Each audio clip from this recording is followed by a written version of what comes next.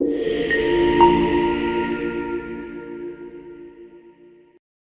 so let's see question number 6.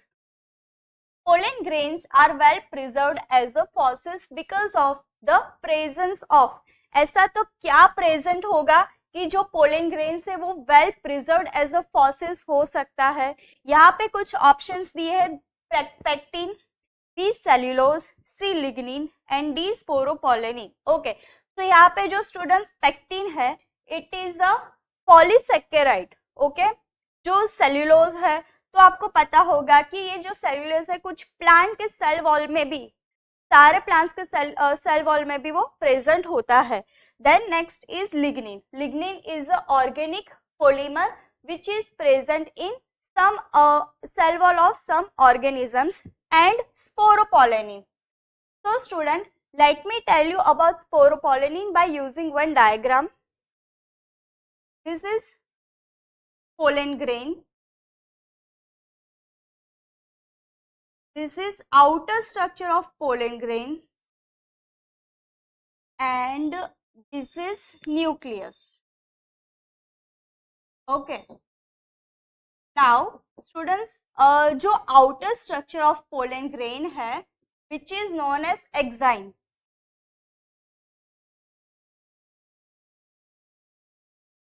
जो inner layer of pollen grain है which is known as intine and this is nucleus. Okay, now ये जो outer layer है ये exine जो है वो tough layer है, तो वो जो है it is composed of sporopollenin. Okay, so sporopollenin या एक्साइन की वजह से क्या होगा कि जो इनर मटेरियल है वो प्रोटेक्टेड रहेगा। Okay, and it can also survive at very high temperature and strong acid, right. So and वो कुछ it is well preserved in soil.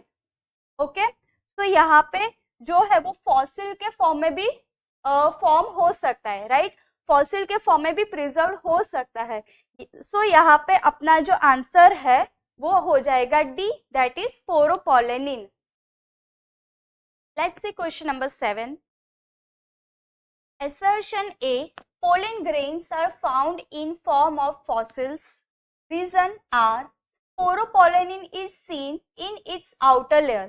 तो इसमें से क्या करेक्ट है एंड क्या फॉल्स है? ओके, तो यहाँ पे जो पोलन ग्रेन्स है, एज आई सेड, जो पोलन ग्रेन्स है उसके दो लेयर्स होते हैं, इंटाइन एंड एक्साइन। ओके, ये जो एक्साइन है it is composed of sporopollenin, तो उससे क्या होगा कि एक्सट्रीम कंडीशन में भी वो सर्वाइव कर सकते हैं, राइट, एंड वो फॉसिल के फॉर्म में भी प्रिजर्व हो सकते हैं।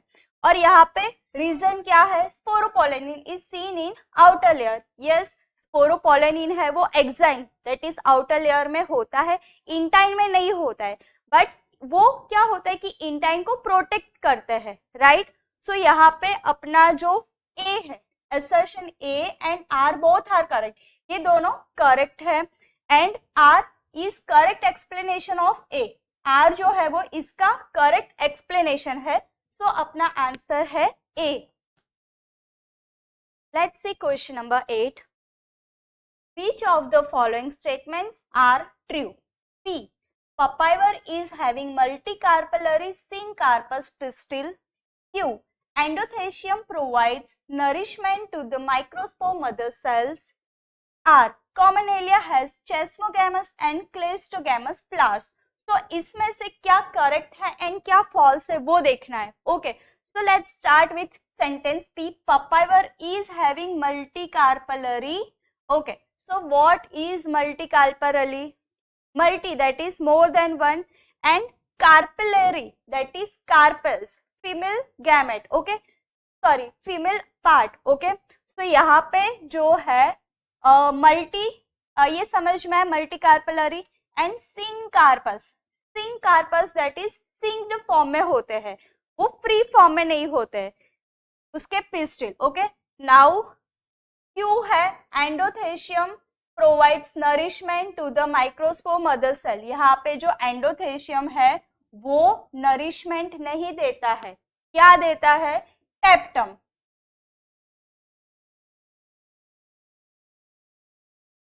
तो यहाँ पे जो Q है वो इनकरेक्ट हो जाएगा, A that is correct.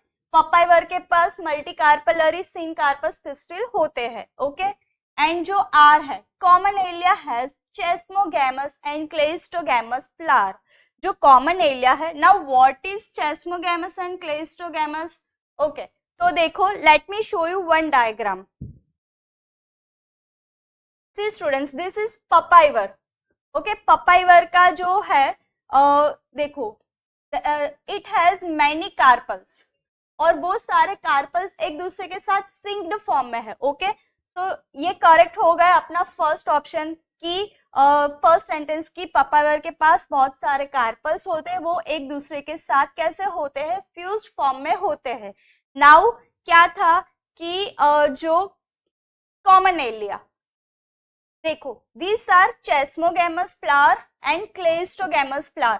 First of all chesmogamous flower क्या हो जाएगा, वो open flowers, it remains open form में होते हैं, देखो you can see, right. And cleistogamous flowers जो होते हैं वो क्लोज्ड फॉर्म में होते हैं, see you can see it is in closed form. Now देखो, ये जो है चेस्मोगैमस फ्लावर्स, उसमें सेल्फ पोलिनेशन भी हो सकता है एंड क्रॉस पोलिनेशन भी हो सकता है, ओके। बट क्लेस्टोगैमस है तो वो क्लोज फॉर्म में है, तो उसमें सिर्फ सेल्फ फर्टिलाइजेशन ही होगा, राइट। सो यहाँ पे जो है R that is correct, okay. So अपना जो करेक्ट स्टेटमेंट है, जो अपना ऑप्शन है D that is P and R both are true, okay। So correct option is D.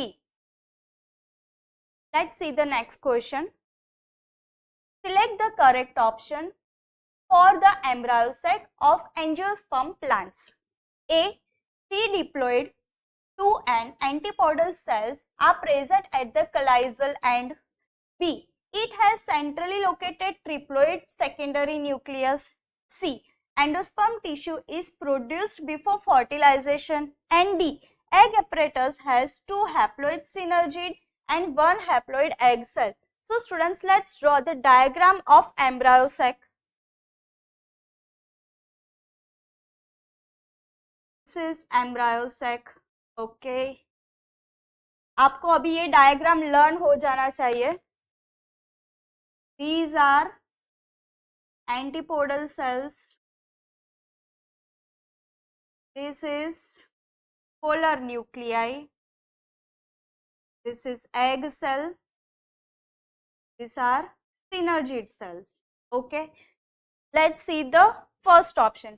3 diploid antipodal cells are present at a callizal end.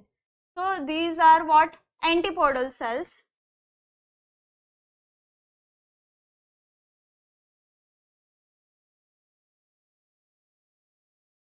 But यहाँ पे क्या लिखा है, डिप्लॉइड, तो ये डिप्लॉइड इज रॉन्ग, ओके। कैसे होते हैं वो, हैप्लॉइड फॉर्म में होते हैं।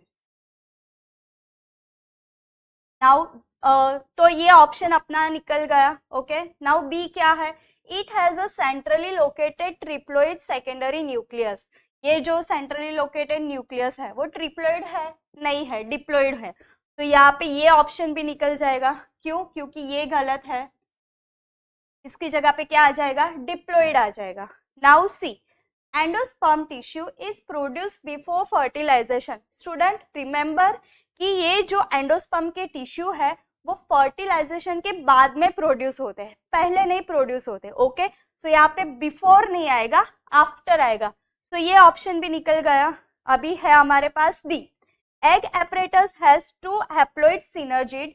ये एग एपरेटस है, उसके पास 2 क्या है, हैप्लॉइड सिनर्जिड है एंड 1 हैप्लॉइड एग सेल है। ये एग सेल है वो हैप्लॉइड फॉर्म में है, ओके। सो ये अपना जो आंसर है वो करेक्ट है। तो यहाँ पे स्टूडेंट्स डी हो जाएगा, वो करेक्ट है, okay. Let's see question number 10। Statement A, the intine of pollen develops a pollen tube and comes out of a germ pore. Statement R, the axon of the pollen which has prominent aperture where sporopollen is present. Now ये दोनों में से क्या correct है and क्या false है वो देखेंगे। सबसे पहले ए स्टेटमेंट है, उसमें क्या है, intine of pollen grain. Intine मतलब क्या हो जाएगा, inner layer of pollen grain हो जाएगा एंड वो डेवलप करता है पोलन ट्यूब को and it comes out of a germ pore. Students let me show you one diagram. See this is pollen grain, ये जो आउटर पार्ट है वो एक्साइन है, ये जो इनर लेयर है वो इंटाइन है। तो इंटाइन से क्या होगा कि पोलन ट्यूब रिलीज होती है, इंटाइन में से, एक्साइन में से नहीं होती है, इंटाइन में से जर्म पोर के through. This is germ pore, this part is germ pore. Now ये जो इंटाइन है उसमें से क्या होगा, पोलन ट्यूब निकल रही है। Okay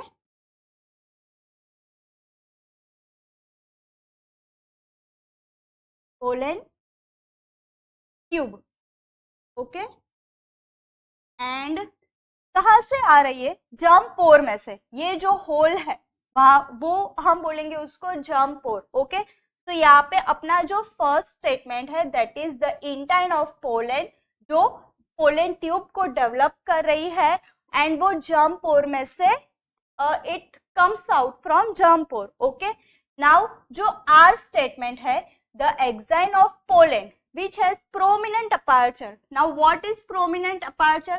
It's clearly demarcation. मतलब क्या कि कुछ होल जैसा दिखेगा। As I said, ये जो है it's मतलब हम उसको प्रोमिनेंट अपार्चर भी बोल सकते हैं। हम अगर पोलन ग्रेन्स को माइक्रोस्कोप में देखते हैं तो हम कुछ होल जैसा ऐसा दिख सकते हैं, पोर लाइक स्ट्रक्चर देख सकते हैं, तो उसको हम जर्म पोर बोलेंगे। नाउ स्टूडेंट्स ये जो एक्साइन है it is composed of sporopollenin. Okay तो ये देखो ऑरेंज कलर का जो पार्ट है it is sporopollenin tissue. Okay but ये जो पार्ट है वहां पे स्पोरोपोलेनिन कैसा है, एब्सेंट है।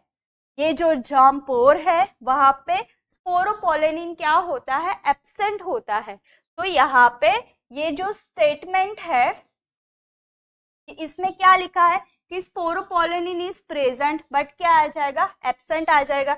मतलब ये जो स्टेटमेंट है वो करेक्ट है एंड आर फॉल्स है। तो यहाँ पे अपना जो आंसर है वो सी आ जाएगा, that is statement A correct and R that is wrong.